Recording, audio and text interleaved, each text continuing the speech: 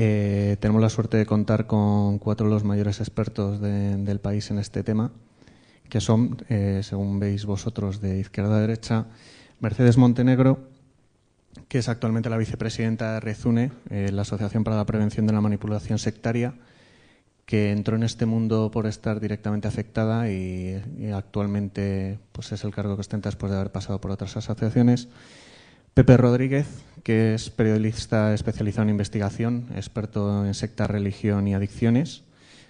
Actualmente se encuentra realizando la tesis doctoral sobre la socialización de los hijos en familias sectarias y es el director de EMAPS, el equipo multidisciplinar para el asesoramiento y asistencia en problemas sectarios. También ha sido profesor en numerosos cursos en diversas universidades e instituciones y es miembro de numerosos programas de televisión como colaborador durante muchos años.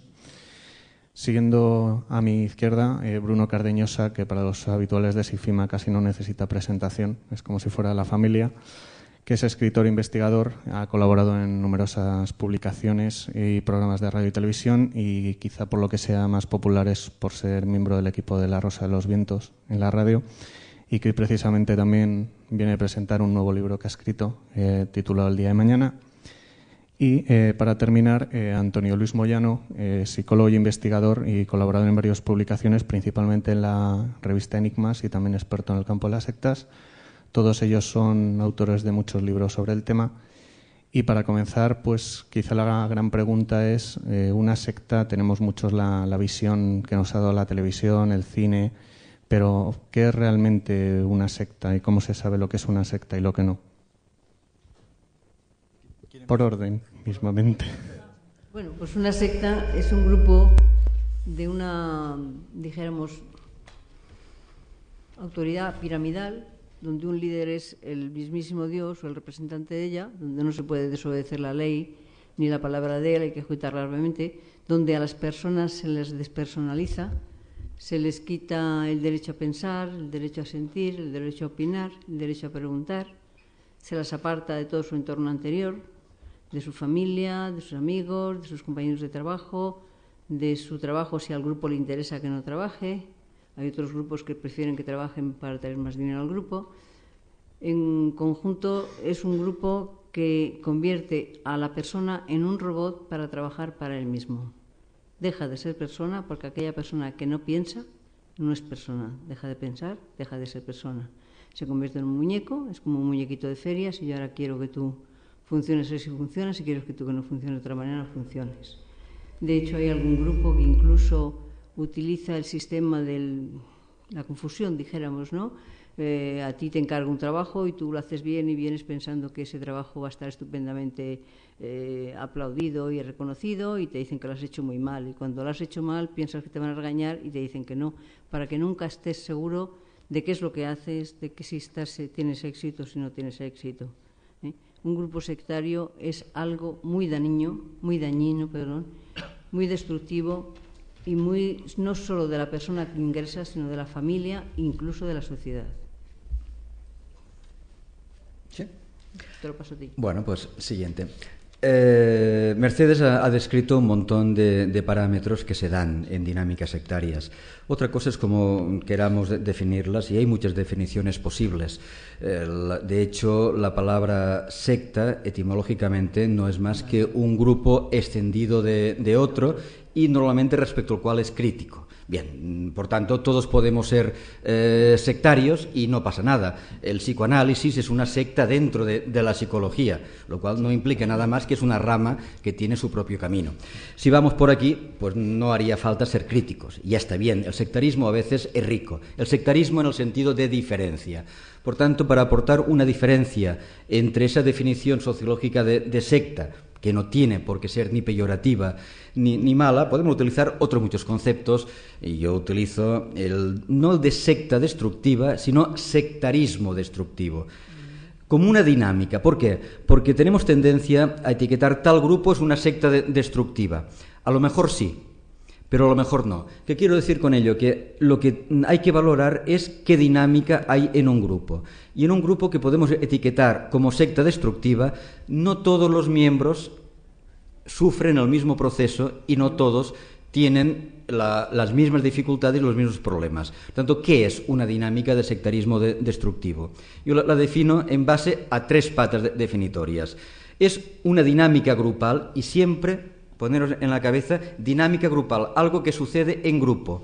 Manipular de tú a tú es muy difícil, manipular en grupo es muy fácil. No importa el nivel cultural que tengamos, ni el nivel de inteligencia que tengamos. Lo que vale es la fragilidad emocional que tengamos. Todos somos manipulables si tenemos agujeros emocionales, si tenemos una estructura frágil de control de las emociones. Bien, dinámica grupal que manipula a los individuos, que utiliza técnicas de persuasión coercitiva, de comecocos, para entenderos podemos entrar más a fondo en qué técnicas son, para convertir que una persona aparentemente normal se convierta en una persona que obedece los postulados de otra y que trabaja para los fines del grupo, del líder, etcétera, etcétera. Por tanto, uso de ciertas técnicas para presionar, coaccionar, manipular, y son conceptos que haría falta hablar mucho para definir a qué nos estamos refiriendo, pero podemos adivinar más o menos todos por dónde vamos. Técnicas de manipulación, primera pata. Segunda pata, es una dinámica grupal que tiende a aislar a los individuos que quiere incorporar al grupo. Aislar no solamente físicamente, no hace falta encerrar a una persona en una habitación, en una finca, sino aislar de relaciones psicosociales. Es decir, si estamos encerrados en una finca en lo alto de la Sierra de Madrid, estaremos aislados físicamente. Pero es más importante estar aquí, en esta sala, y estar bloqueados mentalmente. Es decir, que lo que podamos escuchar, lo que podamos decir, no nos entra ni nos sale nada. Estamos aislados hasta de nuestro propio sistema de razonamiento. Técnicas de manipulación, técnicas de aislamiento. Tercera pata, desde el punto de vista, tenemos una psicológica, una social, otra desde el punto de vista legal o jurídico, que estas dos dinámicas lo que confluyen es en una conculcación de derechos. No hay libertad de creencia, por mucho que digan, no hay libertad de muchos derechos constitucionales que tenemos y que no existen dentro de una secta, como no existen dentro de ningún marco totalitario. Por ahí podríamos ver qué es lo que no nos debería gustar. Pero esa dinámica se puede dar en sectas, en grupos que definimos como sectas, pero también dentro de grupos que nunca definiríamos como sectas y que no lo son. ¿Por qué? Porque hablamos de una dinámica manipuladora. Y por tanto vamos a otra pata definitoria, otro fleco. Es decir, hay que distinguir entre lo que es una secta y lo que es un sectario.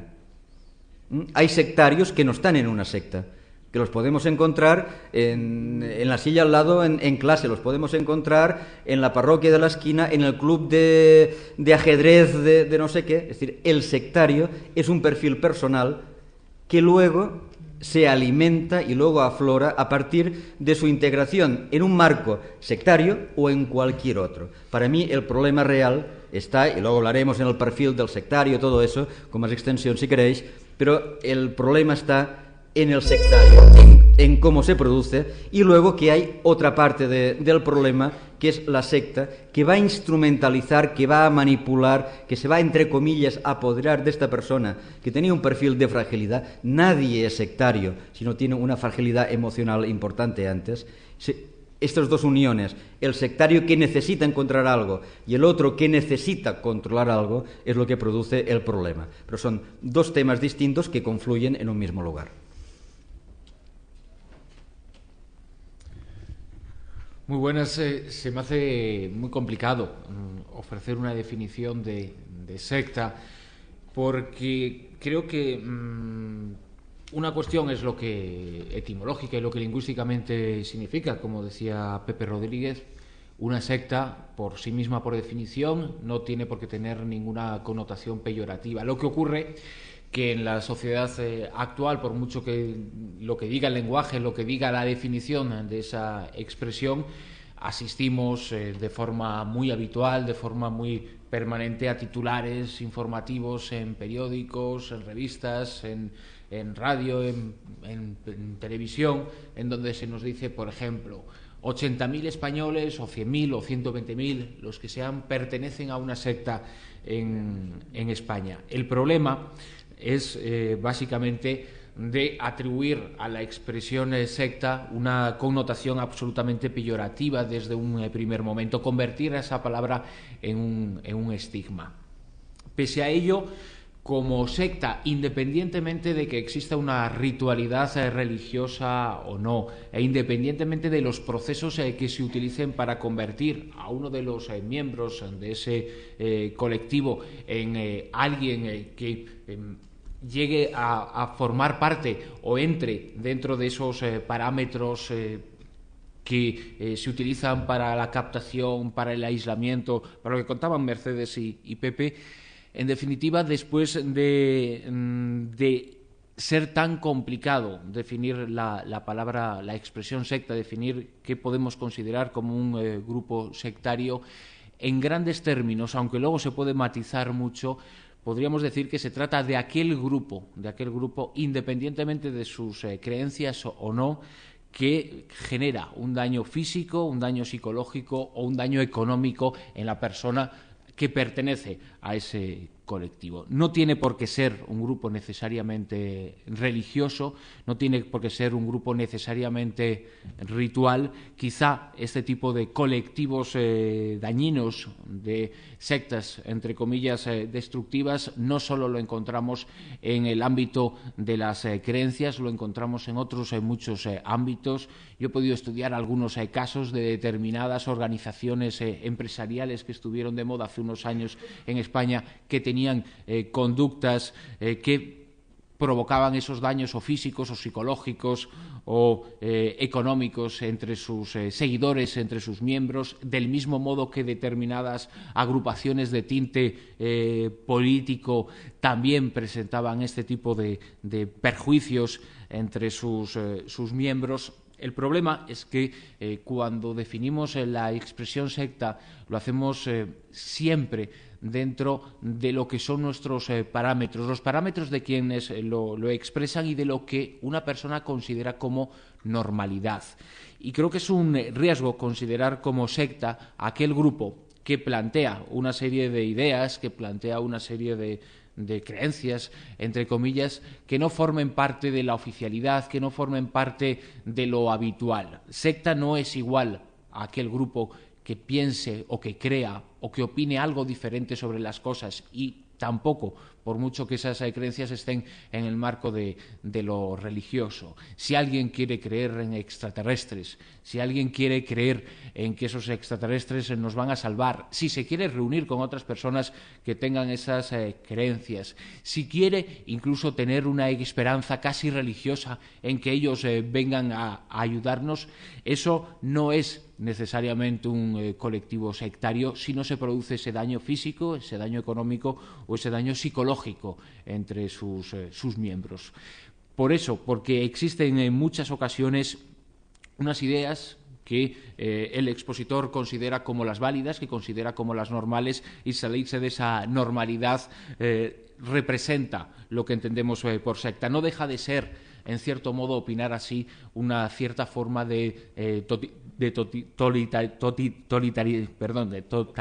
totalitarismo, no deja de ser una cierta forma de eso. Del mismo modo que no hay, lo decía Pepe hace un momento, determinados colectivos que jamás consideraríamos como sectas, que de ninguna forma en modo global podríamos considerar como tales, pero que al generarse la figura del sectario y al poder estar la figura del sectario con influencia sobre las personas de su entorno, sí pueden generarse conductas muy propias del sectarismo dentro de organizaciones como puede ser la Iglesia Católica. La Iglesia Católica como tal, quizá por definición, sí la podríamos considerar una secta, no dentro de lo que consideramos una secta destructiva, pero sí determinadas organizaciones dentro de la Iglesia Católica en ciertos momentos y por la acción de determinadas personas sí podrían ser consideradas esas acciones como peligrosas o como constitutivas de lo que entendemos por secta destructiva. Al margen de esto, el problema sectario creo que todavía no se ha atrevido las autoridades, tanto las políticas como las policiales, no se han atrevido a trabajarlo de la forma que debería ser correcta, que todavía hay mucho camino por recorrer al respecto. Existieron unos intentos hace unos años de la creación de una comisión cuyos resultados finales fueron poco más allá que el concienciar socialmente de la existencia de un problema, pero no sé si finalmente ese problema se solucionó. Quizá a lo largo de la charla yo creo que va a haber tiempo para, en el debate, de opinar mucho sobre este asunto y de poder ver cómo poder, entre comillas, hincar el diente al problema.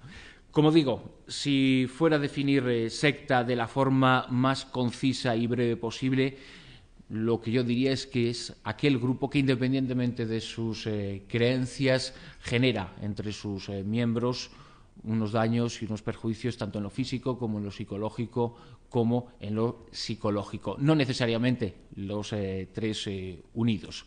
Con que uno de esos ámbitos esté dañado, ya existe por lo menos el riesgo o la sospecha de que las conductas de ese grupo pueden ser perjudiciales para una o para varias de las personas que forman parte de ese colectivo. Bueno, pues la verdad es que me toca lo más difícil, porque ya con las definiciones que hay sobre secta destructiva parece que poco más hay que añadir, ¿no? Sin embargo, bueno, pues como ya se ha apuntado antes, en principio, pues secta es un término que no tiene que tener ninguna connotación peyorativa, sino que, bueno, en la brevedad del ámbito periodístico, pues cuando se habla de sectas, pues se hace referencia a las sectas destructivas, es decir, a aquellas que se consideran que son dañinas y que tienen una dinámica manipuladora.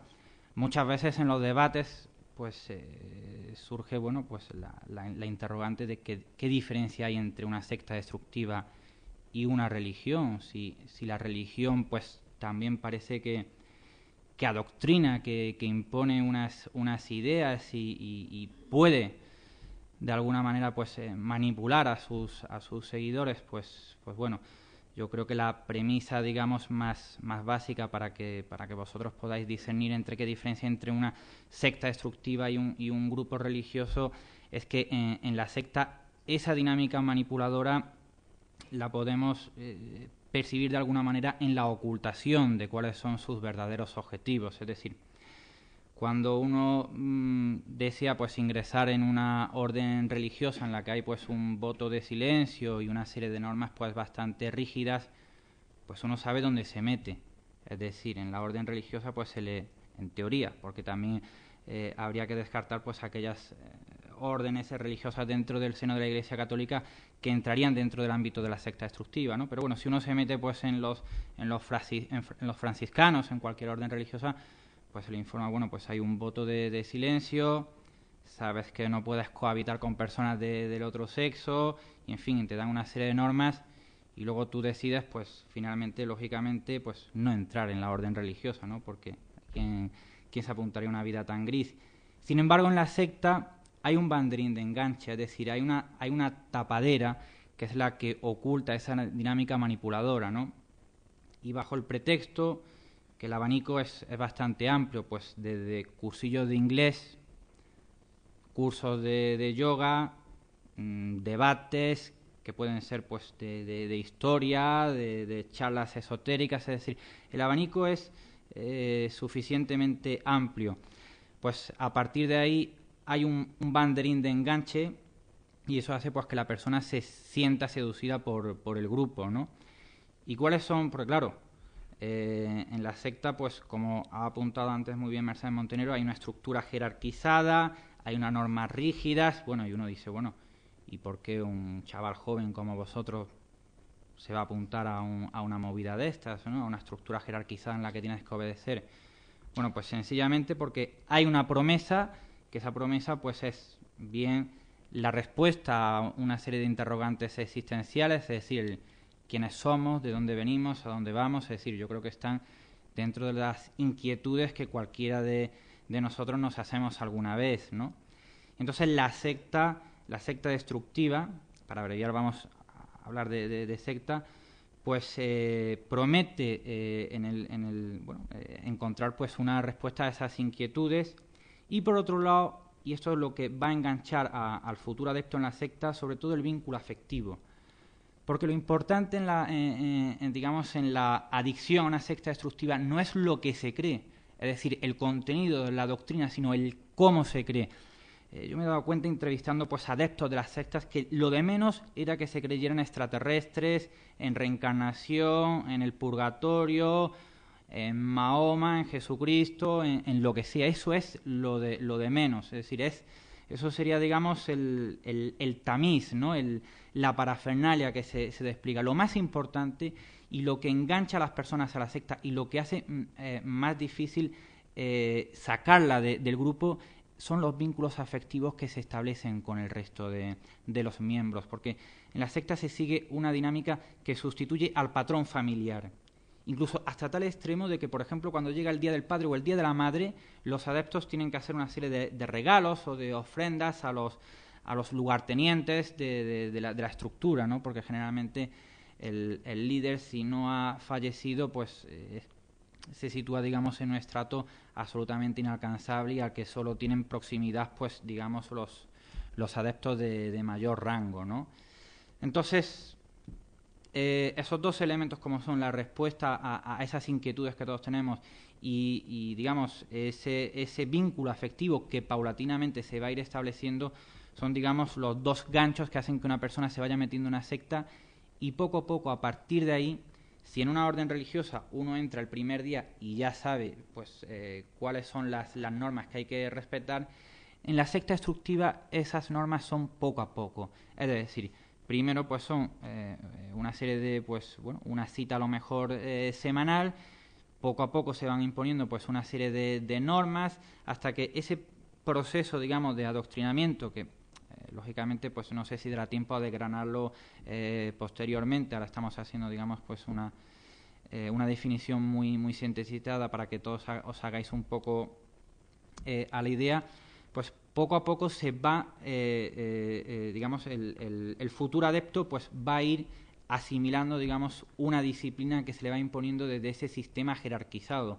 Ojo, un sistema jerarquizado que, claro, uno dice, bueno, la jerarquía se da, pues bueno, en el ámbito universitario tenemos un decano y tenemos unos alumnos, en cualquier empresa, pero en la secta destructiva esa estructura jerarquizada indica que lo que piensa el líder es lo que tienen que pensar los adeptos. Es decir, se inculca, digamos, lo que cada adepto tiene que pensar, ¿no?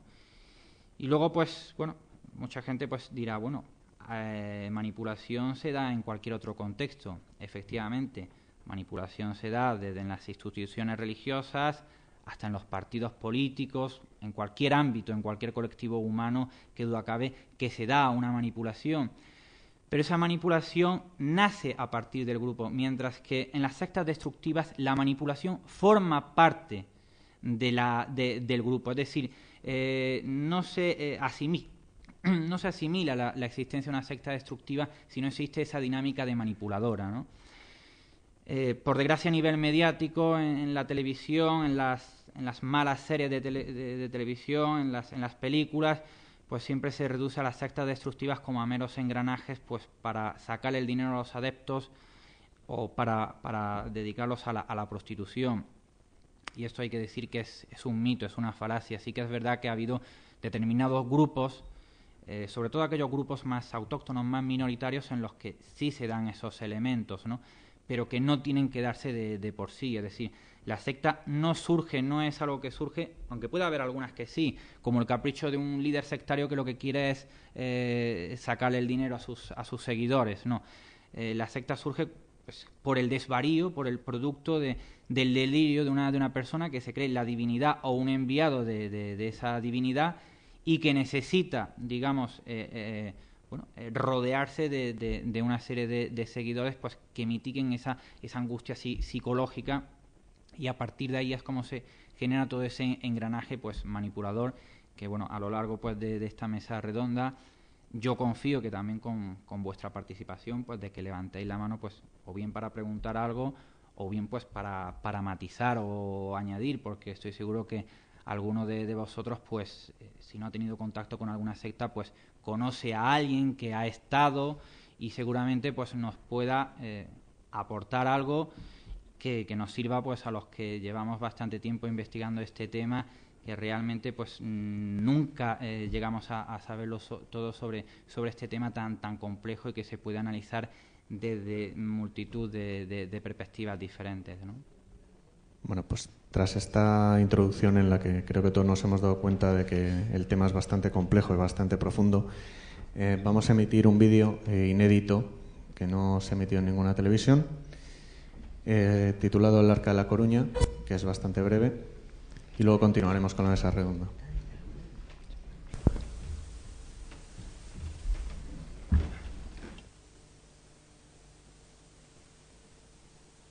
No hemos seguido las enseñanzas de los extraterrestres. La humanidad ha cometido todo tipo de pecados y por eso será castigada con el apocalipsis. Solo hay una salvación posible: construir un refugio como este a las afueras de La Coruña y esperar en él a que llegue una nave extraterrestre que nos llevará a otro mundo. Hay un karma, un castigo del cielo, y entonces en ese momento va a haber una serie de cataclismos, de confusiones en la tierra que acarrean el fin de esa etapa. La chica en cuestión estaba en el grupo este de La Coruña. Estando en el grupo, sí ha visto referencia a armas cortas dentro del grupo. Estas sectas tienen una ideología, y es que cuando llegue el fin del mundo y los extraterrestres vayan a rescatarlos, tendrán que defenderse de la otra gente que quiera acudir a sus arcas para salvarse. Y esto es lo que más me preocupa a mí, que puedan tener este tipo de armas. Un comunicado habían dicho que cuando empezara la guerra nos iban a decir cómo teníamos que actuar para defendernos, que había que matar o dejar a las personas que se acercaran. Y así para defender la casa teníamos que matar, que matar. Estos estigmas son el origen del presunto mensaje divino. Esta es la prueba que esgrime Giorgio Bongiovanni para afirmar ser portador de un mensaje divino y extraterrestre. Bongiovanni lidera el grupo Non Siamo Soli, dentro del cual ha surgido una escisión, el Arca de la Coruña, liderada por un nuevo estigmatizado, José, y Mercedes, su esposa. Pude asistir yo mismo in situ a una de sus sangraciones. Eran unos ligeros estigmas que le salían en la frente y del que emanaba algo de sangre. El hombre entraba en éxtasis y decía que Jesucristo hablaba a través de su boca. Para nosotros son seres, para mí son hermanos mayores, son seres superiores en ciencia y en conciencia, y ellos son conscientes perfectamente del Creador universal. El juez del juzgado número 2 de La Coruña ha cursado varias denuncias contra miembros del Arca de la Coruña, que están bajo secreto de sumario. Pero Zoom ha tenido acceso a informes policiales sobre este grupo que utiliza los ovnis como reclamo. Yo vi una bola en el cielo, muy grande, así blanca, tipo así azulado, que bueno, iluminaba todo el cielo. Y en esto llamo a Merchi para que la vea. Entonces me vi enfocada por una luz impresionante. Durante las reuniones que se celebraban en el Arca, Mercedes recibía supuestos mensajes de los extraterrestres. Sus adeptos debían estar dispuestos a todo tipo de sacrificios por seguir sus enseñanzas.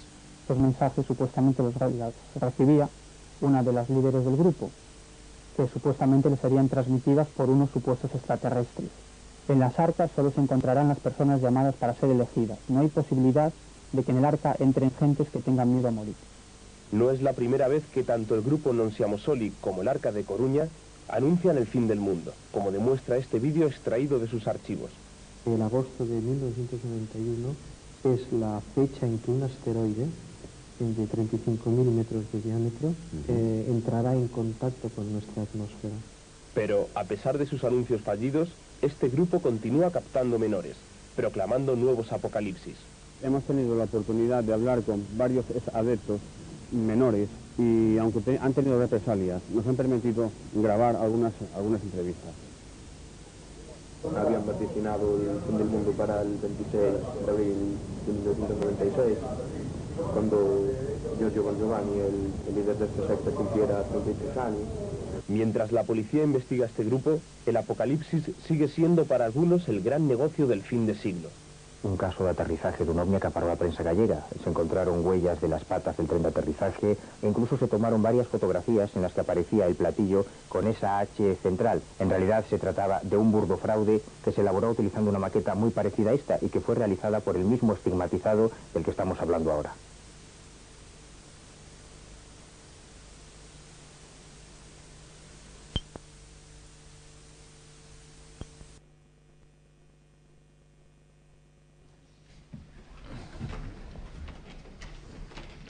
Bueno, a partir de aquí pues cualquiera que quiera intervenir no tiene más que pedir la palabra, aunque yo voy a intentar llevar un poco la conversación, pero que nadie le dé corte el preguntar. En este vídeo quizá hemos visto muchos de los datos que habéis comentado antes. Por un lado tenemos al líder, en cierto modo, que es el que lo guía. Hemos visto cómo tienen que hacer todo tipo de sacrificios para continuar. Y ha salido también un tema, quizá ahora ya no tan de moda, y quería seguir por ahí. Tanto los extraterrestres como el fin del mundo, que tuvo mucha importancia cuando llegó el fin del milenio. Actualmente la situación de todas estas sectas milenaristas continúan más o menos siguiendo en su forma de anunciar apocalipsis, aunque ahora ya no sea por ser el año 2000 o el 2001, o ahora mismo ya más o menos la tendencia es hacia otras teorías. No, existen este tipo de grupos. Lo que ocurre es que determinadas cuestiones sociales, mediáticas, de modas creadas por medios hacen que aparezcan algunos, como fue en este caso del grupo del Arca de la Coruña, de todo el colectivo No Seamos Soli, que seguía un poco los dictados del estigmatizado, del primero de los dos estigmatizados que hemos visto. Ese tipo de grupos existen. Hace tan solo unas semanas, unos meses, ha tenido mucha repercusión en España la visita que realizó a nuestro país un personaje llamado Claude Borilón, alias Rael, que bueno, pues que es el líder de uno de los grupos más importantes que existen de estas características. En muchos sectores he considerado el colectivo liderado por Rael, el de los raelianos, como una secta destructiva, y que se ha adaptado. Es decir, el ejemplo de ese grupo vendría muy bien para demostrar cómo se adapta a los tiempos. La desaparición del milenarismo con la propia llegada del nuevo milenio, con el fin del siglo XX, con ese año 1999 que pasó, no se cumplieron las profecías, el arca que ellos efectuaron en las imágenes que hemos visto, ese refugio que construyeron en la cumbre de un monte, no se inundó por las aguas como en principio iba a ocurrir, ellos iban a protegerse ahí, iban a salvarse de un diluvio universal. Nada de eso ocurrió. Es verdad que existieron muchos grupos en esas fechas que presentaron eso. Luego han seguido existiendo otros con otras ideas similares o adaptándose a los tiempos. El caso de Rael, como decía anteriormente, es, yo creo, muy significativo porque él se ha adaptado a algo que está de moda, que está de actualidad, que es el tema de la clonación.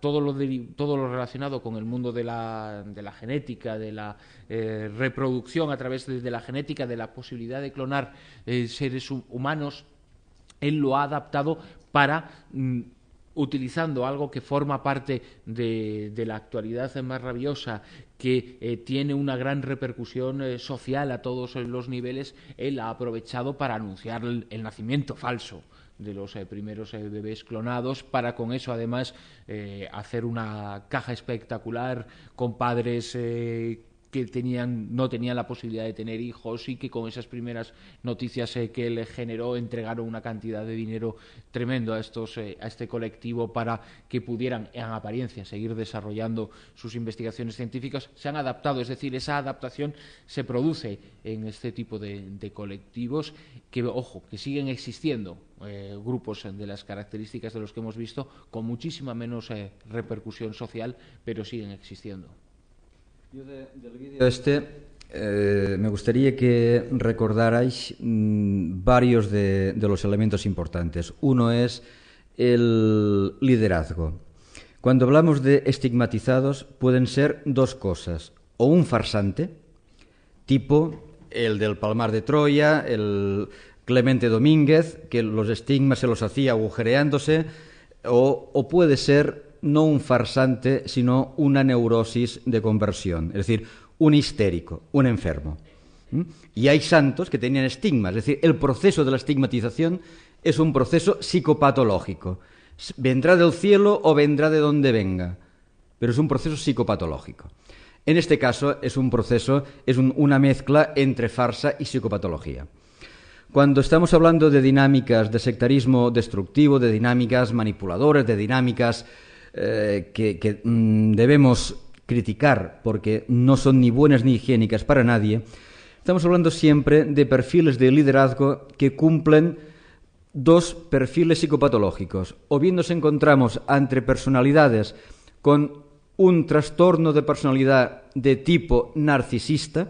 Os explico muy brevemente qué es. El trastorno narcisista es una persona que cree que es superior a las demás, que ha venido al mundo pues para hacer sus cosas y los demás estamos para servirle. Por tanto, eso no le da ningún límite, no le pone ningún freno para conseguir de los demás aquello que cree que es su derecho.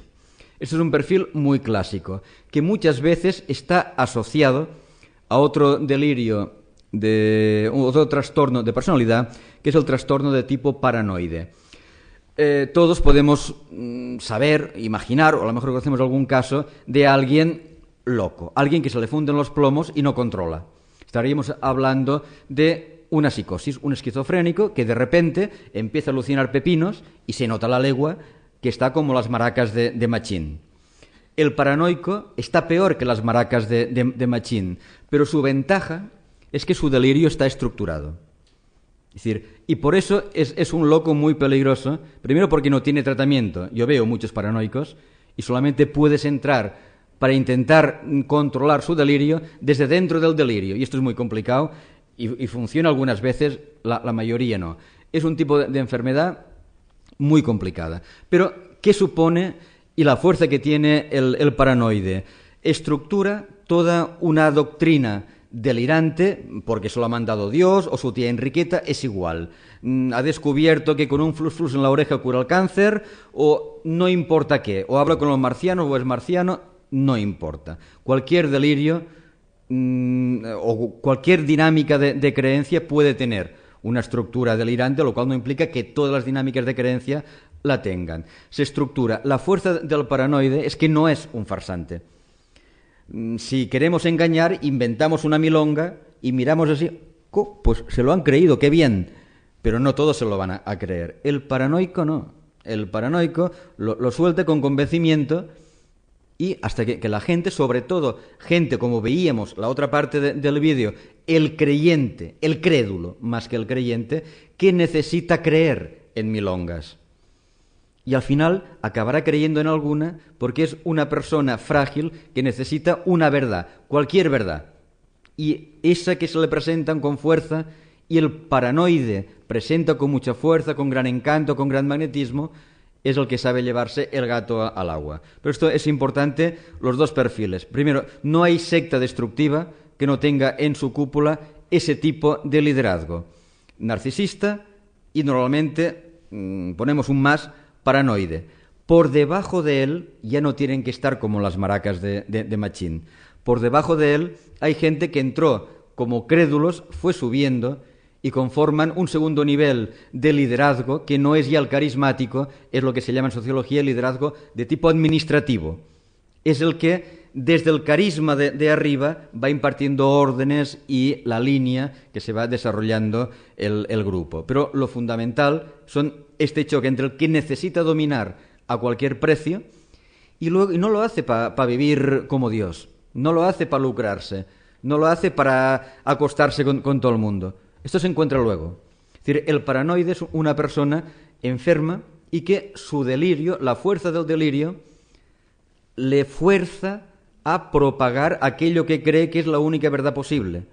Y además, el campo delirante de esos paranoides es un campo focalizado. Es decir, que podemos tener el catedrático de informática que tenemos por la mañana aquí, y que es un gran catedrático, y que por la tarde se pone el cucurucho de brujo zulú y se empieza a lanzar flus por ahí. Es decir, es compatible, y normalmente el paranoide es una persona muy inteligente, pero que no es un loco en el sentido que no controla mucho, pero su delirio le controla a él. Esto es lo que hace que los paranoides sean siempre muy peligrosos. No son psicópatas, que es el psicópata social, el que mata, no es eso. Por eso, y a lo mejor hablaremos luego, cuando se habla de suicidio colectivo, mentira, no hay ni un solo suicidio colectivo, hay asesinatos en masa. Si el líder de esos grupos fuese un farsante, mataría y se largaría con la pasta. No. El líder lo encontramos frito también con el resto. ¿Por qué? Porque es gente que vive como un vampiro de chupar la energía del poder que emana, que puede absorber de la gente que ha llegado a controlar. Y precisamente mata al grupo cuando pierde el poder o está a punto de perder el poder del grupo, porque una acción judicial va a agredir, según el grupo, o la policía, o los periodistas, o los marcianos, o quien sea. Cuando está en riesgo la pérdida del grupo, prefiere sacrificar a todo el grupo y sacrificarse él, lo cual demuestra el perfil de estos individuos. Un farsante se va con la pasta y punto. No conozco ningún caso que haya pasado eso. Todos los encontramos fiambres dentro del grupo. Esa es la fuerza que hay. Pero también, en la otra parte, tenemos la debilidad que hay en la persona que es atrapada por estos grupos. Pensemos, cuanto más pequeño es un grupo, más difícil es encontrar gente normal por la proximidad. Es decir, en un grupo pequeño todos tendemos a pensar igual, y los que piensan igual o los echamos o no soportan el grupito este. Por tanto, las sectas se van conformando en una dinámica lenta, no se conforma de un día para otro. Es este paranoide que empieza a vender su moto por aquí, por allá, no le hacen caso, hasta que le hace caso 1, 2, 3, 20, empieza a hablar, les gusta más o menos lo que dicen. Cuando empieza a presionar, porque obviamente necesita conseguir el control, cuando presiona una parte de estos 20, pongamos por caso, dirá, no, a mí me interesa lo que dices, pero no como nos quieres obligar a vivir eso, y se largan. Pero de estos 20, 3, 4, los que sea, se quedan. Las pruebas cada vez son peores para asegurarse la fidelidad, y el grupo va creciendo poco a poco, pero va creciendo y se va alimentando sobre la fragilidad de estos miembros y sobre el ansia de vampirizar de ese otro individuo. Esta es la dinámica clave. Y luego veremos que el grupo puede crecer, podemos encontrar 1000 adeptos. Cuando tenemos un grupo con más de 100 personas, aquí encontraremos perfiles muy distintos. Y esto es lo que ya a finales de los 80 a mí me hizo cambiar el modelo. Hay dos modelos para entender qué pasa en una secta. El modelo de la manipulación, que es en el que yo empecé en el año 72. Es decir, hay una serie de técnicas dentro de las sectas que manipulan y las podemos especificar y existen, están ahí. Y eso es lo que nos permite explicar lo que sucede al final, esa persona robotizada, para entendernos. Pero llegó un momento en que ese modelo que yo también compartía no explicaba prácticamente nada. No explicaba por qué dentro de una secta había gente que parecía un robot y por qué al lado había gente que era más o menos normal. Creían lo mismo, comían lo mismo, estaban en el mismo lugar. Eran distintos. Por tanto, tenía que haber algo diferencial que no fuera la manipulación, que existía. Pero por qué en unos funcionaba y en otros no, si estaban en el mismo lugar. Y ahí empecé a darme cuenta que habían muchas similitudes entre familias, estructuras familiares de algún tipo de miembro y estructuras familiares de ciertos tipos de adictos a sustancias, a drogas. Por tanto, empecé a trabajar ya en el año 87 en la Facultad de Medicina aquí en la Complutense. Daba una asignatura que era dependencia sectaria. Es decir, uno puede estar en una secta y no ser un sectario. Uno puede estar en una secta y ser secta dependiente o no, lo mismo que todos tomamos alcohol y espero no todos somos alcohólicos. Cuando se establece una mala relación con una dinámica, una sustancia de riesgo, y hay muchas, el vino lo es, el tabaco lo es, el café, hay gente colgada de Internet. Es decir, la adicción no se genera consumiendo algo que hemos satanizado. La adicción es teniendo una estructura frágil de personalidad que nos genera angustia nuestra realidad y necesitamos que algo nos reduzca la ansiedad. Y esa reducción de ansiedad la podemos conseguir con una ingesta de algo, sea una droga o sea comer. Todos los trastornos de la ingesta tienen que ver con una conducta adictiva, con una búsqueda de reducción de la ansiedad. Pero también tenemos conductas adictivas al trabajo, al juego, a Internet, a las compras, al sexo, a muchas cosas que no se consume nada. Es una adicción a una conducta. Tenemos adicción en sectas también. Estamos hablando de conductas. La bioquímica, sería largo hablarlo, si queréis luego lo podemos hablar, de las adicciones a sustancias y a conductas, la bioquímica es la misma. Va igualmente por el sistema de recompensa cerebral, sistema endorfínico, sistema dopamínico, etcétera, etcétera.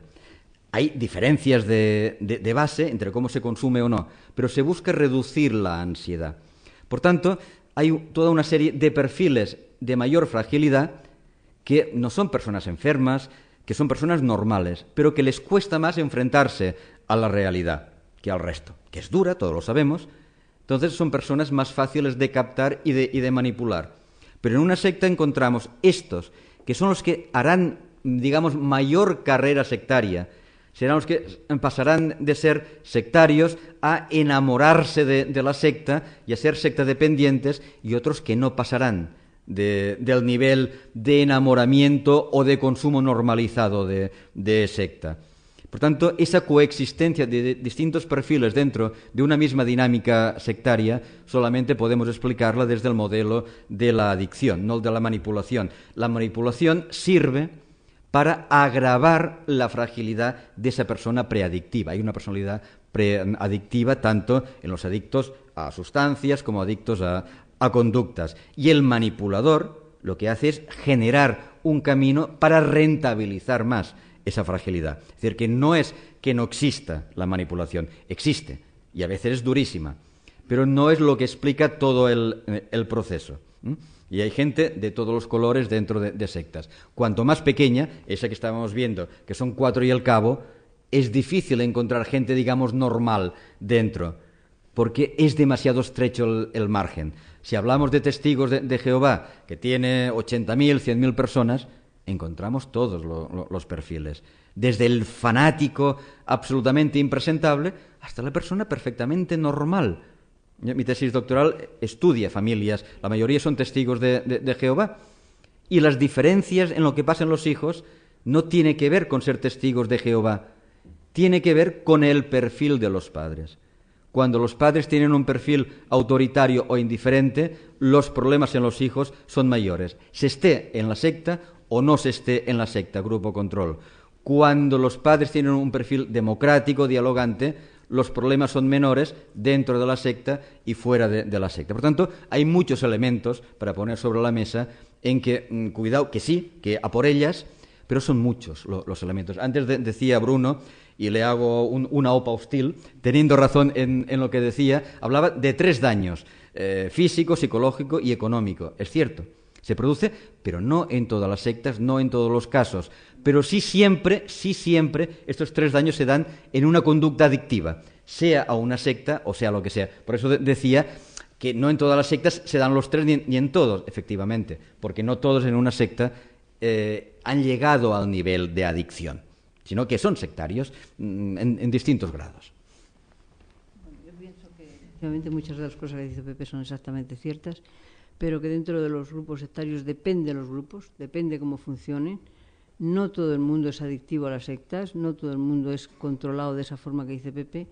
Hay grupos en los que la gente entra creyendo aquello que le están ofreciendo, que aparentemente es una cosa buena, aparentemente es mejorar el mundo, aparentemente te quieren, te adoran, y que poco a poco, conforme vas subiendo escalones dentro del grupo, tú vas conociendo, pero poco a poco, conforme vas conociendo, tu mente y tu cerebro ya van dejando de funcionar y vas aceptando todo lo que el grupo te va dando. Pepe dice que la relación padre-hijos tiene mucho que ver en el tema, de acuerdo, pero por ejemplo en el grupo Niños de Dios los hijos se los quitan a los padres y se educan en comunas aparte. Ahí no entra, hay grupos para todos los gustos, ahí no entra el hecho de que la conducta de los padres, sean autoritarios o no lo sean, influyan en los hijos porque no se crían con ellos. Entonces eso depende el grupo que sea o no sea, ¿eh? Efectivamente, grupos como este que hemos visto hay bastantes, ¿eh? Cuando el año 2000, tú te acordarás que en Barcelona Energía Universal montó un búnker, porque iba a venir el fin del mundo. Cuando pasó aquello, el búnker se tuvo que ir a garete. En Estados Unidos también se creó, Maestros Ascendidos también crearon un búnker subterráneo. Dijeron a todos los adictos que vendieran todas sus posesiones, hasta qué grado tienen de dependencia y de credibilidad en el líder, que las vendieron para irse con el dinero al grupo, porque al día siguiente se había acabado el mundo, al día siguiente salió un sol espléndido. se supone que se irían con su dinero o no se irían con su dinero, eso ya no nos lo han contado. Pero sí que es cierto que no todos los grupos funcionan igual, ni todos los grupos son simplemente de sociadiciones. Hay muchos grupos que son de una manipulación fuertísima, donde engañan, donde mienten y donde destruyen a los adeptos. Donde los adeptos son los muñecos que solo harán lo que el líder quiera, porque todos los adeptos, a mí muchas veces me han preguntado, bueno, pero dentro de eso, si ellos son felices, yo no considero que nadie pueda ser feliz cuando tiene una espada de Damocles sobre la cabeza. Y generalmente los adeptos en los grupos tienen esa espada de Damocles, porque si no cumplen aquello que se les ha dicho, porque si no obedecen al tiempo, porque si no hacen lo que ellos les dicen, tal, se pueden ser degradados, castigados psicológicamente, castigados físicamente, que yo sé de quién se le ha castigado físicamente, y ese temor no puede dejar a la gente hacer feliz. Por ejemplo, en Hare Krishna se decía, se comentaba, que las chicas perdían la menstruación debido al control mental tan fuerte que tenían. Hare Krishna también, a los 8 años se les quitaban los hijos a las madres para llevárselos a un castillo a Francia, ¿te acuerdas de eso? Para que aprendieran a ser unos buenos Hare Krishnas que adoraran muy bien a Hare Krishna. Entonces, esos niños no puede influir en ellos la conducta de los padres, porque no están con ellos. Y eso pasa en muchísimos grupos. Hay muchos grupos donde los hijos son separados de los padres, aquí incluso en el juicio que hubo en el año 90-92, ¿no?, en Barcelona. 92. Pues había niños en aquellas comunas que no eran de ellos. De hecho, unos días antes mandaron niños al extranjero porque no eran de ellos. Y esos niños no salen jamás a estudiar fuera ni a tratar con nadie de fuera. Esos niños pueden ser de esos padres o de otros padres. En los niños de Dios, los niños pululan por todos sitios. Y una de las reglas es que los padres no siempre tengan los hijos, porque es una forma de tener atados a los adeptos si tienen una sospecha mínima de que puedan querer marcharse. Si tienen los hijos dentro, no saben dónde están y no se los pueden llevar, ya tendrán mucho cuidado con marcharse. Entonces, la conducta de los padres no siempre influye en la conducta de los hijos. Eso influye más fuera de los grupos sectarios que dentro de los grupos sectarios. Permíteme, os quito la palabra un minuto. Es decir, Mercedes estaba hablando de un fenómeno real, pero distinto. Hay que, digamos, separar dos grupos. La secta, donde la familia sectaria vive en su casa, y por tanto los padres son lo que modula la influencia tanto social como sectaria, y ahí sí la conducta de los padres es fundamental en la secta y fuera de la secta. O sea, nosotros, queramos o no, nuestros éxitos y nuestros fracasos tienen mucho que ver como han sido nuestros padres. Y con una familia sectaria no es distinto. Y otra cosa distinta es lo que muy bien señalaba Mercedes, cuando los niños, a una cierta edad, que normalmente es a partir de los 5 o 6 años, se sacan de los padres biológicos y se educan en un contexto colectivo. En el caso Hare Krishna, en la Gurukula, pero hay otros grupos. Por ejemplo, yo en mi tesis analizo y comparo dos grupos muy distintos. Hare Krishna con la Gurukula, que produjo muchos problemas, y Vida Sana, que educan comunitariamente, y los hijos eran una maravilla. Y he convivido con ellos, los conozco muy bien. Diferencias. Las diferencias están también en los padres. Es decir, si yo soy padre y estoy en Hare Krishna porque me interesa el orientalismo, cuando me digan, oye, tu hijo no es tuyo, es mío, digo, y un carajo, y me largo. Pero como yo no hago eso, porque no soy como el padre que en la vida de fuera hubiese tratado a los hijos de otra manera, yo me deshago de los hijos y ya me está bien. Por tanto, es cierto que como padres, en una secta comunitaria, no influyen.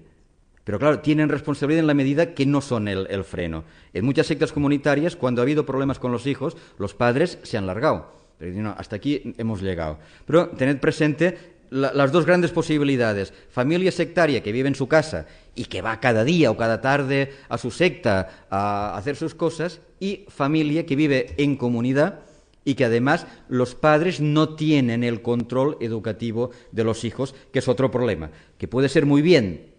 Hay pocas que funcione bien, o puede ser muy mal porque los abusos son más fáciles que se puedan producir, y en Hare Krishna hubo abusos de tipo sexual, de violencia, pero era por descontrol interno, y esto a partir del año 89 se eliminó radicalmente en Hare Krishna porque vieron que era un problema que tenían que solucionar, que tuvieron muchas rupturas, fue un problema pero de mal diseño de comunidad de vida.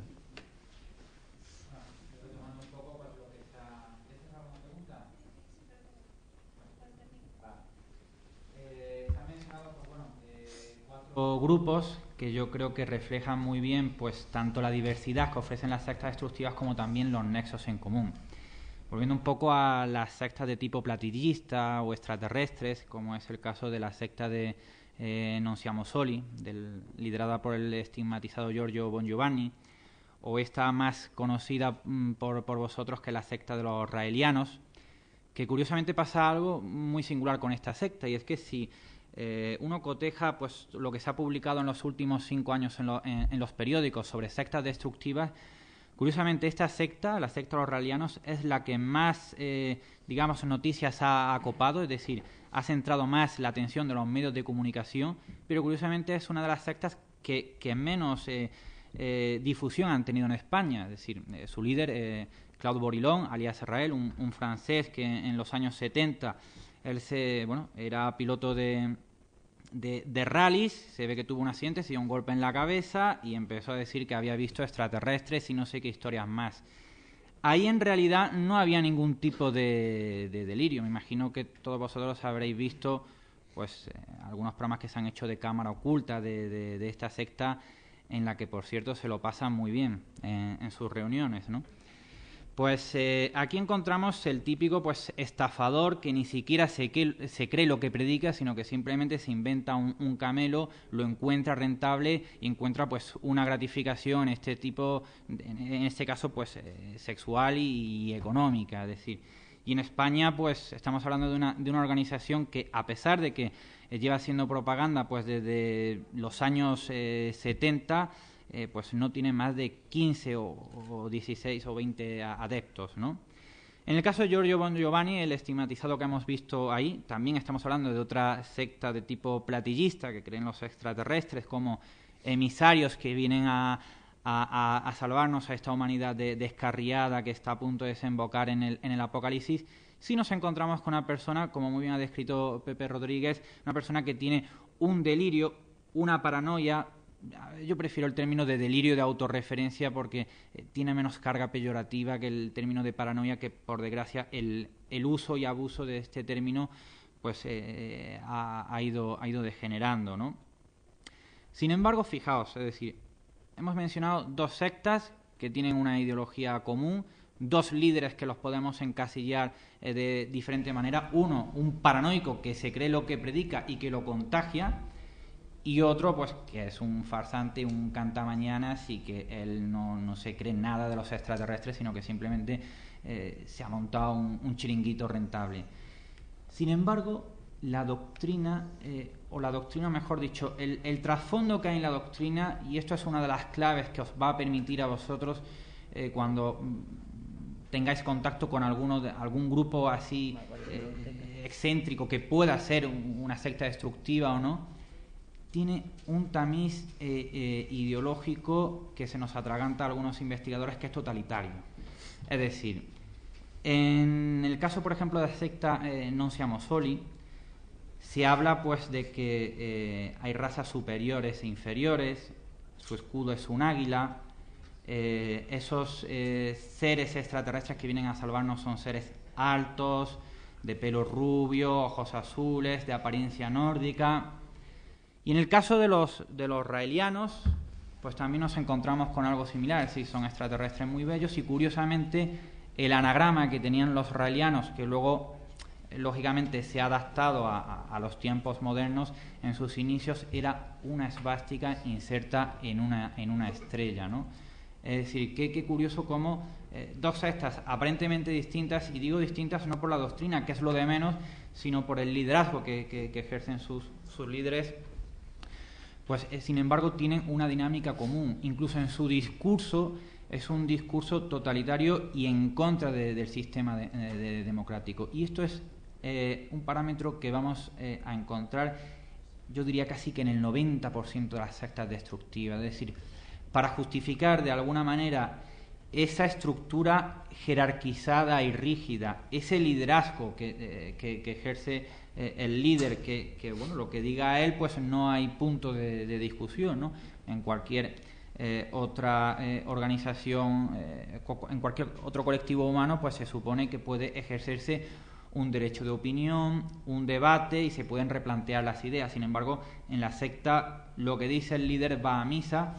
Incluso es curioso porque si alguna vez visitáis la sede de alguna de estas organizaciones sectarias, yo no os lo recomiendo, pues encontraréis que la figura del líder está enmarcada en todas las estancias de la sede, ¿no?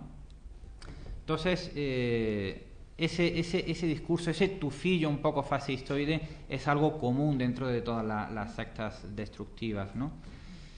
Luego, pues, se ha hablado de los testigos de Jehová, de los Hare Krishna, es decir, mucha gente pues se pregunta, bueno, los testigos de Jehová, que es una secta, pues digamos, más adaptada socialmente, que por tratarse de un colectivo amplio, pues nos encontramos, como muy bien ha descrito Pepe, pues desde personas que están absolutamente fanatizadas hasta personas pues muy sensatas en su discurso, ¿no? Algo que no ocurre en las sectas pequeñas, minúsculas, donde el grado de fanatismo es mucho mayor y son estos grupos los que pueden degenerar pues, en actos pues, más luctuosos, ¿no? El caso de suicidios colectivos y demás, ¿no? Pues bueno, se plantea la pregunta, ¿los testigos de Jehová es secta destructiva? ¿No es? Bueno, pues yo establecería el siguiente símil y es, pues, se podría comparar con las drogas, es decir, por ejemplo, la heroína probablemente sea una droga mucho más peligrosa que el alcohol. Sin embargo, el alcohol produce efectos muy nocivos en personas que están enganchadas, ¿no? Entonces, el mismo paralelismo podríamos establecer dentro de las sectas, salvando un poco la distancia y bueno, intentando sintetizar un poco para que salgáis de aquí pues con una idea más o menos clara de por dónde andan los tiros y de qué es una secta destructiva y qué no es. Pues bueno, yo las compararía pues con las drogas, es decir, la cocaína, por ejemplo, pues hay gente que ha probado la cocaína y afortunadamente no le ha pasado nada. Sin embargo, hay otra gente que la ha probado y sin embargo pues su vida se ha diluido, se ha destruido, su estructura familiar, su entorno, ¿no? El alcohol, pues todo el mundo prueba el alcohol, puede ser algo que se pueda, digamos, integrar en nuestro marco de relaciones sociales. Sin embargo, en algunos casos puede ser más destructivo que el uso puntual, o sea, que el consumo puntual de una droga dura como la cocaína, por ejemplo. En fin, no sé si había alguna pregunta por ahí. Yo solamente quería hacer una anotación, una idea que creo que es importante al hilo de un caso concreto, como es el caso de Rael, sobre el que seguramente recordáis un documental en televisión con cámara oculta que se efectuó hace 2 o 3 meses y bueno, y en donde quedaban demostradas algunas de las cosas que decías. Rael, una de las cosas que busca en el grupo, además de hacer mucho dinero, pidiendo y contratando y siendo contratado para esas clonaciones falsas, una de las cuestiones que más le interesa a Rael es con sus adeptas y con los miembros de su grupo dar satisfacción sexual a su cuerpo. Eso es una cuestión muy importante, pero habría que hacerse una pregunta sin rasgarse las vestiduras. Esa necesidad y esa necesidad de relaciones sexuales abiertas por parte de Rael se pueden atribuir también a quienes ingresan en ese colectivo. Quienes ingresan en ese colectivo a día de hoy, y yo la respuesta la doy sí, porque he conocido a personas que ingresan en ese colectivo al margen de las ideas que pueda tener Rael, que no se las cree en absoluto, precisamente para poder mantener unas relaciones sexuales mucho más abiertas y mucho más libres. Esto lo que nos conduce es que en muchas ocasiones, y esa es quizá una forma de poder enfrentarse al problema sectario, como el caso este en concreto, y se puede atribuir a otros, que la secta se convierta a veces en un abrigo que protege al miembro de ese grupo de una serie de conductas sectarias que también tiene la sociedad. Y a veces las sectas, y por eso quizá parte también triunfan tanto y tienen tantos adeptos, se conviertan también en una válvula de escape, una forma de encontrar respaldo en el propio entorno contra unas conductas que socialmente no son aceptadas y que demuestran que también la sociedad en sí misma es algo sectaria en algunas cuestiones, por razones morales, por razones éticas, por razones religiosas, por las razones que sean. Pero las sectas a veces también son esa forma de que alguien encuentre abrigo y compañerismo en sus tendencias no socialmente bien vistas, ¿no? Por eso, un segundito, como decía antes, en la secta lo importante no es lo que se cree, sino cómo se cree, en este caso, cómo se practica, ¿no? Claro. Cómo se imponen y cómo se obligan. ¿Cómo se imponen y cómo se obligan? Sí, cómo se imponen y cómo se obligan. En todos los casos. En todos. Tú vete, por ejemplo, a Oso, donde Sí, hay relaciones de camas comunes, Sí. Niños de Dios, donde hay relaciones de camas comunes, donde nadie puede decir que no, donde hay que aceptarlo todo. O sea, que eso es muy relativo. Sí, evidentemente. Y que cada grupo es absolutamente distinto. Pero antes hemos puesto el caso de los raelianos. Yo he conocido a raelianos a los que no se les ha obligado absolutamente a nada. Ojo, que no los estoy defendiendo ni mucho menos. Pero no se les ha obligado absolutamente a nada. Y conozco a personas que Rael ha solicitado sus servicios y con que ella haya dicho que no ha pasado absolutamente nada. Pero tienes, por ejemplo, hace poco hubo un reportaje sobre Oso, de una madre y una hija que habían estado dentro. Sí, lo vi. Y bueno, lo que ellas contaban de su No, experiencia, evidentemente, faltaba un montón de historias que se callaban. Si yo no estoy defendiendo las conductas que se puedan practicar dentro de algunos colectivos. Lo que estoy diciendo que a veces las sectas, y parte de su éxito es porque facilita una válvula de escape contra otras conductas y contra otras ideas que también la sociedad tiene y que, en cierto modo, también la sociedad en general tiene conductas sectarias. Por eso, antes decía que una de los errores que podemos cometer a veces al calificar a determinado grupo como secta, únicamente por ser distintos en sus planteamientos, en sus ideas y en sus prácticas. A veces, cuando alguien hace algo distinto, y pertenece a un grupo que tiene unos planteamientos distintos ante la vida, ya lo consideramos como un grupo sectario, ¿no? No, si esa persona está en ese grupo por voluntad propia, conoce el funcionamiento del grupo cuando entra, que es lo que no conoce nadie, y lo hace libremente, y si le da la gana se marcha tranquilamente, sin que nadie le presione, ahí no hay ningún grupo. Lo que pasa es que los grupos no te dejan salir, te tienes que escapar prácticamente, o a que alguien pueda ayudarte a salir, y además cuando tú entras en un grupo no tienes ni idea de lo que ahí va a pasar, pero ni idea. Líderes de estos que tienen montones de niñas, vamos, todas, que pasan por su cama, tienes al Sai Baba, tienes a Oso, tienes a Niños de Dios, tienes a un montón. Sí, claro, eso no lo niego en absoluto. Pero lo que digo es que lo que puede conducir y lo que puede ser atractivo de las sectas es precisamente porque responden y porque dan una salida a las que también son conductas ciertamente sectarias de la sociedad. Y quizá eso es una de las razones que explican el por qué son tan atractivas para algunos individuos, ¿no? Que cuando aquí empezaban los Niños de Dios, cuando empezaba yo con el tema de los Niños de Dios, se ponían en la puerta de la iglesia de los mexicanos, esa que es como un sombrero, y en misa de 12 los domingos, porque iba mucha gente joven. Y entonces los curas pidieron información, y fui yo con otra persona a dársela. Ellos luego hablaron con las chicas y dijeron, sí, claro que hay sexo, pero en el mundo también hay sexo. Pero hay una muy grande diferencia. Las chicas hoy día, nos guste o no nos guste a los mayores, tienen sexo cuando les da la gana, con quien les da la gana, con 200 o con quien quieran. Pero lo hacen cuando quieren, como quieren, y lo dejan donde quieren. Claro, y dentro de los grupos eso no existe. Dentro de los grupos lo haces cuando yo te digo, como yo te digo, y con quien yo te digo, y no se te ocurra decirlo.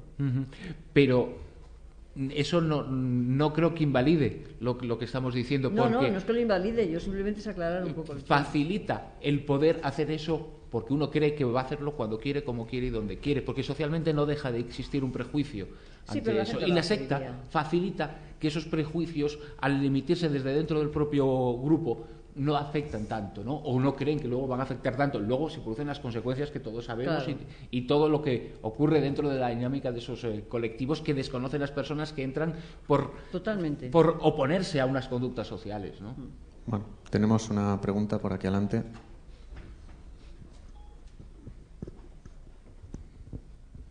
Bueno, a mí me gustaría saber, ahora que se ha hablado de niños pequeños, de niños de 8 años, ¿qué piensan las familias, cómo lo viven y qué ayudas hay para salir de este tipo de grupos? Las ayudas para salir de este tipo de grupos te las tienes que buscar tú normalmente, porque no es nada fácil, y Pepe lo sabe, que se dedica mucho a eso también. Conseguir que un adicto, lo primero que tienes que hacer es que no puedes llevarle por la fuerza, entonces tienes que tratar por algún medio de convencerle de que vaya a hablar con alguien que a ti te gustaría que hablara, que conoce un tema. Y si accede, conseguir no solo que vaya un día, sino que vaya los necesarios para demostrarle lo que es el grupo, lo que ha hecho con el grupo y la vida que le espera en el grupo. Y eso te lo tienes que facilitar tú económicamente, físicamente y moralmente, porque eso nadie hay que te dé esa ayuda. Te dan la ayuda de facilitarte a la persona que te ayude, pero eso cuesta un dinero. A ver, niños pequeños. En principio los niños pequeños están en una secta si los padres están en la secta. Ella, sí. A veces bien, a veces mal, depende, pero claro, los abuelos no tienen nada a opinar porque los padres son soberanos y solamente se puede entrar cuando se puede demostrar, que en algunos casos se puede demostrar, en otros no, y en otros muchos no existe lo que queremos demostrar, que es que el menor esté en desamparo.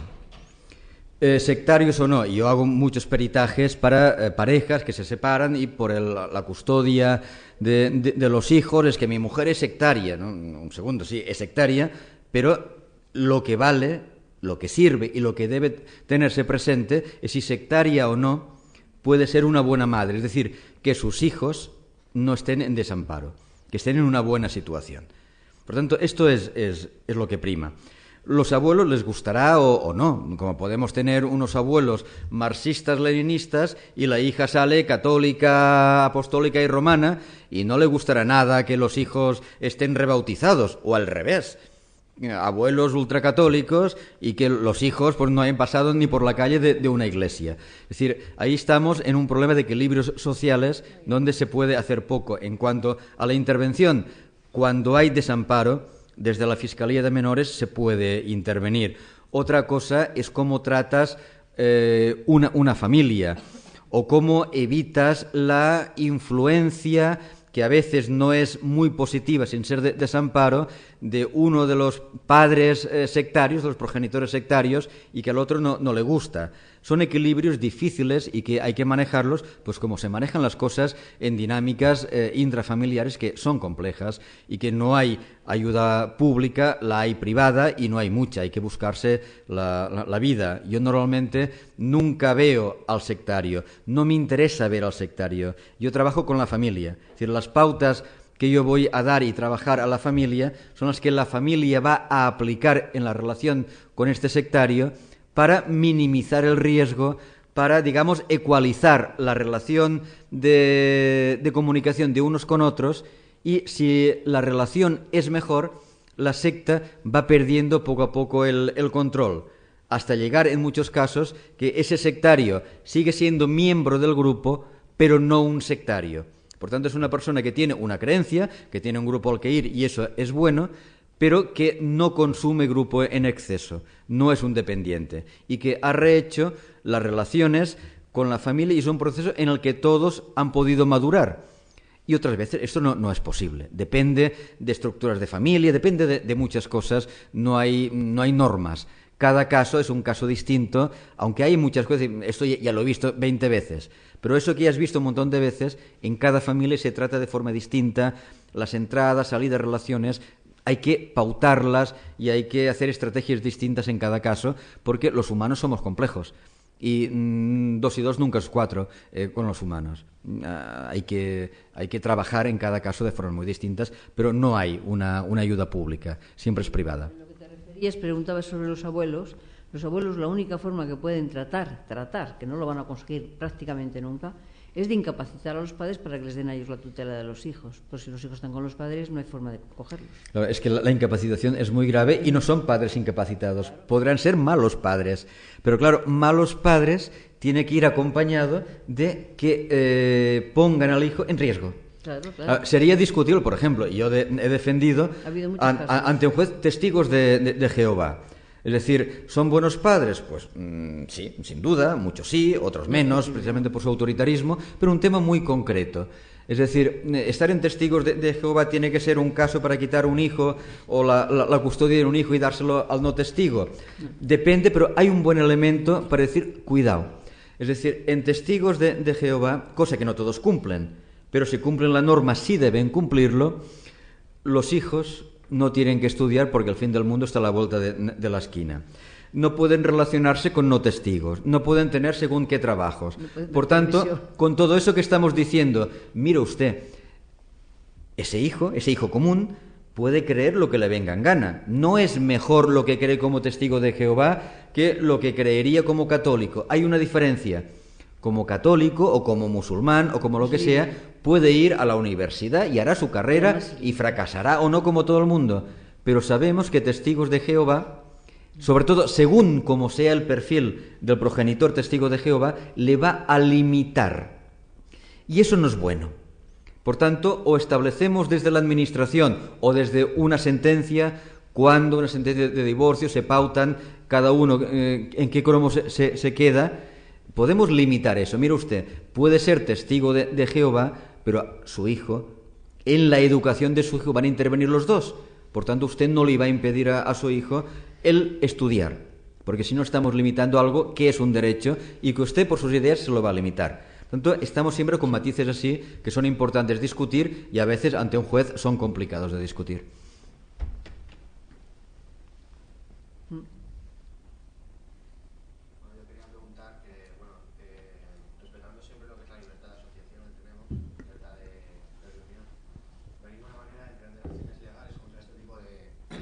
Contra este tipo de asociaciones, o sea, de manera que, por ejemplo, si algún líder de verdad tiene creída se ha metido tanto en sus ideas que se ha terminado creyendo, o sea, si el tío está loco, debería ser retirado de la sociedad de alguna manera, y si es un caso de algún cara dura, no se podría emprender alguna acción para disolver lo que sería la secta y los responsables que pagan por sus acciones. Eso querríamos. No, pero yo ahí sí que no puedo estar de acuerdo, es decir, alguien por estar loco, apartarlo de la sociedad porque tenga una serie de... A mí nadie me dice que Jesús no fuera un demente, un psicópata o un esquizofrénico. Y entonces que apartamos a todos los cristianos de la sociedad. Es decir, ahí sí que entramos en la libertad de creencias y la libertad de culto, aunque sea para rendir culto al loco, aunque sea para rendir culto al esquizofrénico, sí presenta una serie de ideas, por muy atrevidas, por muy disparatadas que sean. Yo creo que hay que actuar contra estos grupos, más que contra estos grupos, hay que actuar contra las acciones concretas que efectúan estos grupos, pero no contra lo que representan en sí, no contra las asociaciones en sí, no contra las creencias en sí, por muy disparatadas que sean. Que alguien crea en que los extraterrestres van a venir a salvarle no es malo, incluso hasta puede ser bueno, y ha sido buena esa creencia para el desarrollo personal de muchas personas que incluso han pertenecido en alguna parte de sus vidas a este tipo de colectivos. Y seguramente quien le ha inculcado a él esas creencias era un demente, pero no le ha causado ninguno de esos tipos de daños de los que hemos hablado aquí, y por el hecho de ser un demente, el líder de cualquier tipo de creencia, esté organizada, estructurada o no creo que la sociedad deba actuar contra ellos. Yo creo que ahí entra directamente lo que es la libertad de asociación, la libertad de culto, y hay que actuar frente a los hechos, frente a cuestiones concretas, no frente a las ideas, porque entonces tenemos que partir de que habría que legislar qué es lo políticamente correcto, qué es lo ideológicamente correcto, qué es lo religiosamente correcto, ¿no? Siempre se ha dicho que sobre creencias nada, que la gente puede creer que un burro vuela y que haya ellos. No se trata de creencias, se trata de manipulación mental y de destrucción de la persona, que no es lo mismo. Claro, pero eso sí ya son hechos. En derecho penal el delito es atribuible siempre a persona, es personal. Es cierto que un grupo puede delinquir, pero hay que demostrar que es el grupo y no que son unos cuantos. A lo mejor son 3 del grupo o son 30 de los 3.000. Por el caso Filesa o por el caso, no sé cuántos casos, o del PSOE o del PP o de Convergencia, es decir, condenamos a todo el grupo. No, hay un grupo de chorizos. Estos chorizos van a la trena y punto. Es decir, y con sectas pasa eso. Es cierto que hay una inducción, seguramente, pero lo que hay que medir es quién se beneficia. Lo que pasa, y esta es otra historia, y es muy grave, que tenemos un sistema judicial patético, increíblemente patético y vergonzoso. Un caso, cienciología. Os puedo contar muchos casos porque me los conozco todos. Cienciología, hay una actuación, se les pilla con todo, yo tengo el sumario. Por tanto, sé todo lo que hay y sé todo lo que desapareció del sumario. Va a un juez, ese juez se le hace la vida imposible, le retiran el caso, va a la sala segunda de la Audiencia Nacional, un juez, ex inspector de policía de dudosa trayectoria, muy presionable, Y en ese sumario empieza a desaparecer cientos de folios. Y siguen desapareciendo porque yo los tengo y no están en el sumario. Desaparecen. Todos los acusadores, las víctimas, cobran de cienciología y se retiran. Es decir, hay una diferencia importante, es decir, el principal delito era estafa. La estafa tiene, desde el punto de vista jurídico, dos elementos. La parte civil, indemnizatoria, es decir, han hecho un daño y han quitado un patrimonio, por tanto, tiene que haber indemnización, pero además es un delito penal. Es un delito de castigo, y estamos hablando de pena de cárcel. Si el ofendido, el estafado, ya le han pagado, muy bien, es decir, yo ya he cobrado, pero es un delito perseguible de oficio, es decir, aunque yo ya haya cobrado, el fiscal está obligado a perseguir. Y ahí todos cobraron, y cobraron mucho más de lo que les habían quitado, y todos renunciaban con un papelito que era del procurador de cienciología, y allí no pasaba nada. La fiscal del caso es la excelentísima señora de un juez condenado por corrupción, del señor López Liaño. Esta señora, antes de hacer el escrito que ahora os comentaré, se daba de besos en la cafetería Ventaiga delante de la audiencia con uno de los abogados de cienciología. Un tema de corrupción absoluta. Pero el razonamiento jurídico de esta bendita señora dice, está demostrado, porque no podía ser de otra manera, que ha habido desplazamiento patrimonial. Está demostrado que ha habido daño. Está demostrado una serie de cosas. Pero es cierto que para el tipo de estafa en penal se configura por varios elementos. Y uno de los elementos imprescindibles para que haya estafa, si no, no se puede acusar, no se cumple el tipo penal, es que haya lucro. Y ahí es donde hace el salto, no al vacío, sino al jolgorio, esta buena señora. Dice, pero como hemos mirado en las cuentas corrientes de los acusados y no hemos encontrado la pasta, no hay lucro, ergo no hay delito de estafa, desaparézcase. ¿Qué sucede? Es decir, a lo mejor los pringaos que habían pillado no eran los estafadores, pero tenían dos consideraciones. Instrumento necesario para que alguien, que no sabemos quién, estafara, y cooperador y encubridor. Por tanto, pobres criaturitas, o no, quizá no eran estafadores, pero el delito de estafa persistía. Pero como toda la gente que mantenía vivo el delito de estafa había cobrado y dice, oiga, a mí no me registre, me voy, y la fiscal, eso viene un tema pactado anteriormente con la fiscal, cienciología, no, el juez, está en otra cosa, pactado con la fiscal y con cienciología y con mucha pasta por medio, cuando la fiscal no acusa, el juez dice, señores, como no acusa a nadie, no hay estafa. Por tanto, el delito desaparece y se queda el sumario en nada. Es decir, este sistema judicial es el que tenemos y podríamos contar infinitas cosas o en Testigos de Jehová que el constitucional, no estamos hablando de una coña marinera, de un juzgadillo de provincias, el constitucional acepta que los padres testigos de Jehová puedan dejar morir a un hijo para que no se transfunda la sangre por no sé cuántas majaderías. Seguramente que si esos casos que han pasado por el Supremo y que han llegado al Constitucional, eso lo hubiesen hecho un grupo de ácratas de izquierda roja revolucionaria, hubiesen fallado de otra manera. Pero como son cristianos, como son de los nuestros, no nos metamos en eso. Y hay verdaderas atrocidades. Hablabais antes de invalidar un grupo. Bien. Testigos de Jehová, jurisprudencia que se aplica en sentencias. Por ejemplo, un tipo que intenta matar a su mujer, testigo de Jehová, la deja muy maltrecha, la pobre, hospital, entubada, y va el loco y le quita los tubos y muere. Obviamente le procesan por homicidio. Al final le rebajan la pena y no cumple prácticamente nada por un atenuante.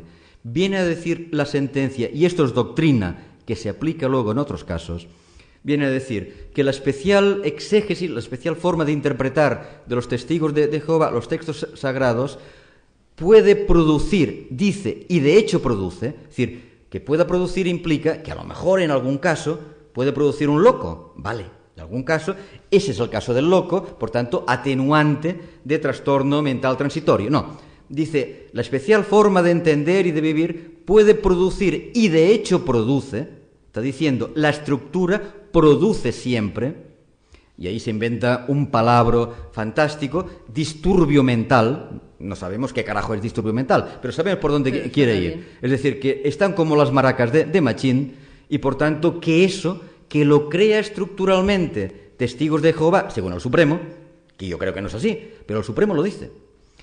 Eso lo crea estructuralmente, por tanto, eso será un atenuante. Os doy una pista. Si os queréis cargar a alguien, haceros testigos de Jehová, demostrad el disturbio y os van a regalar una tele. Porque es así. Y eso se ha aplicado muchas veces. Esto es una majadería. Por tanto, aquí pasan dos cosas. O es cierto que la estructura produce ese disturbio y todas estas historias que uno puede matar con rebaja, y hay que prohibirlos por el artículo 516 del Código Penal. Hay que cerrarlos ya, porque entonces sí que estaríamos en un grupo que como estructura produce una dinámica patógena y delictiva. Hay que cerrarlos. O bien, el Tribunal Supremo, que se inventó esta majadería, prevaricó. Y lo que hay que hacer es encerrar la mesa del Tribunal Supremo que dijo esa chorrada. Pero no pasa nada en este país. Bueno, estamos en donde estamos y ya está. Por eso los delincuentes europeos, cuando vienen a pegar un palo a España, ya están todos instalados aquí, dicen que se van a Disneylandia. Esto es Disneylandia.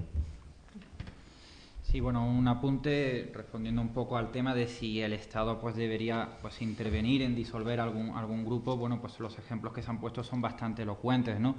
Resulta significativo que todos los procesos judiciales que se han hecho contra sectas destructivas aquí en España, solamente aquellas sectas autóctonas minúsculas, como el caso, por ejemplo, de Seis o Edelweiss, pues sí se han procesado, se ha juzgado a sus líderes y se les ha encarcelado. Sin embargo, organizaciones que ya tienen una infraestructura a nivel internacional, que tienen pues un asentamiento económico considerable, como es el caso pues de la Iglesia de la Cienciología o de Niños de Dios, habiendo cometido delitos también flagrantes y tan punitivos como los de estas sectas minúsculas, pues sin embargo, ante estos grupos, como todavía vivimos en un sistema oligárquico, pues no cumplen ningún tipo de pena, ¿no? Pero no es el tema de autóctono. Es decir, en el tema Niños de Dios, y conozco muy bien el tema, la fiscal Teresa Lema, cuando me llamó, dice, voy el escrito de acusación será así. Digo, Teresa, te equivocas, te lo vas a comer. Es decir, sin duda habían hecho, y se les podía acusar de muchas cosas, pero no probó nada. Fue una mala instrucción. Sí. Bueno, el tribunal estaba, vamos, si los hubiera podido poner, yo conozco, presidente del tribunal, somos amigos.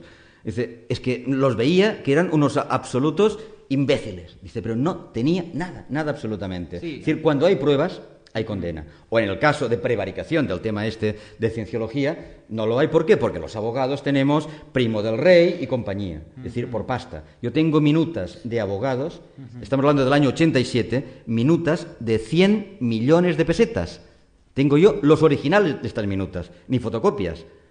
Y chuparon todos los grandes abogados de este país. Claro, en este país con pasta no pasa nada. A eso es lo que me refiero, sin entrar un poco en detalle de cada grupo, que eso ya pues aburriría un poco a la audiencia. El tema está en que tanto en las sectas destructivas como en cualquier tipo de delito que se cometa, ¿no? Es decir, si se trata de un grupo pequeño, pues va a cumplir condena, y si se trata de un grupo grande y poderoso, pues no sé.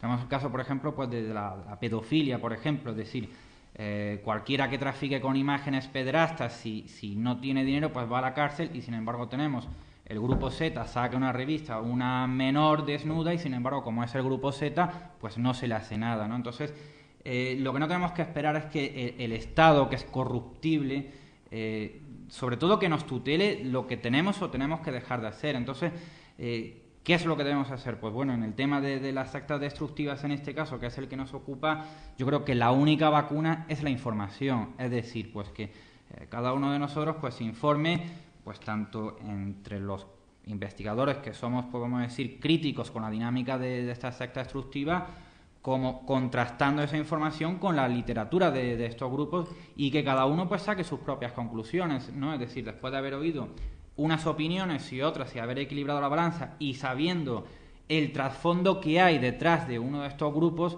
pues que finalmente sea libre de elegir o no pues lo que hacer, ¿no? Teníamos una pregunta por aquí adelante. Pediría ya brevedad, sobre todo a los invitados, porque vamos un poco mal de tiempo. No, yo quería opinar sobre que yo no creo que se pueda ser tan abierto, tolerante con el tema que se ha dicho aquí de que cada uno cree en lo que quiere, que yo creo que el compañero cuando ha hablado de apartado de la sociedad quizás no se ha expresado bien, pero cuando una persona es enferma mental, en el caso de que sea enferma mental el líder, pues debe ser tratado y aislado en el caso en el que suponga o un peligro para sí mismo o un peligro para la sociedad. Y si las creencias, o sea, el trastorno mental que pueda tener de paranoia, narcisismo, lo que sea, representa un peligro, yo creo que en este caso sería tanto para él como para la secta. Sí, entonces yo creo que debería ser tratado. Más encerrados en esta sociedad que no encerrados, con toda seguridad. O sea, si a todos los narcisistas, a todos los paranoicos, o paranoicos hay, también hay grados, a todos los esquizofrénicos, a todos los manipuladores, si a todas las personas cuyas conductas pueden en un momento determinado suponer un peligro, los apartamos, tenemos estamos un problema demográfico grave. En una sociedad muy garantista, y esto es bueno y es malo al mismo tiempo. Pasamos de una sociedad en la de por motivos de pasta, de herencias, se incapacitaba a cualquiera. Una familia incapacitaba al abuelo, al hijo, a los vecinos, sin ningún problema. Eso ya es imposible. Es decir, una incapacitación, yo no sé cuánto tiempo hace en España que no se firma ni una, porque es decir, para ser una persona realmente incapaz, tiene que estar fuera de toda órbita y pocas personas están ahí. Todo el mundo tiene una cierta capacidad, por tanto, no se lo puede incapacitar. En el tema de daño a sí mismo, estamos en lo mismo. Uno en un hospital entra y puede pedir el alta voluntaria y el médico le puede decir, oiga, que se va usted a morir. Pues bien, me voy a morir, niño, es mi problema. Ahora hay un caso en Barcelona de una chica con problemas de anorexia que se ha intentado suicidar y que han pedido al juez que la interne a la fuerza para que sea tratada. Bien, el juez lo ha concedido, pero el proceso tardará 15-20 días. En 15-20 días esta mujer es probable que se haya suicidado. Es decir, no se puede coger por la fuerza a la gente, aparte es difícil demostrar que es un peligro para uno mismo y para los demás. Únicamente cuando uno está en una fase de delirio dentro de una psicosis que no controla, que alucina pepinos, entonces sí se le puede coger e internar por unos días, tratamiento ambulatorio, bajo control judicial y punto.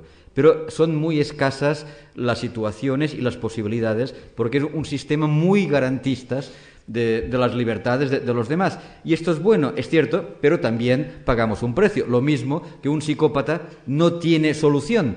Y un psicópata que mate a 3 o a 30 entra a la cárcel, saldrá y volverá a matar, es inevitable. Pero no tenemos cadena perpetua. Saldrá y matará, saldrá y violará. Es así, lo sabemos, pero el sistema que tenemos no permite poner fuera de la circulación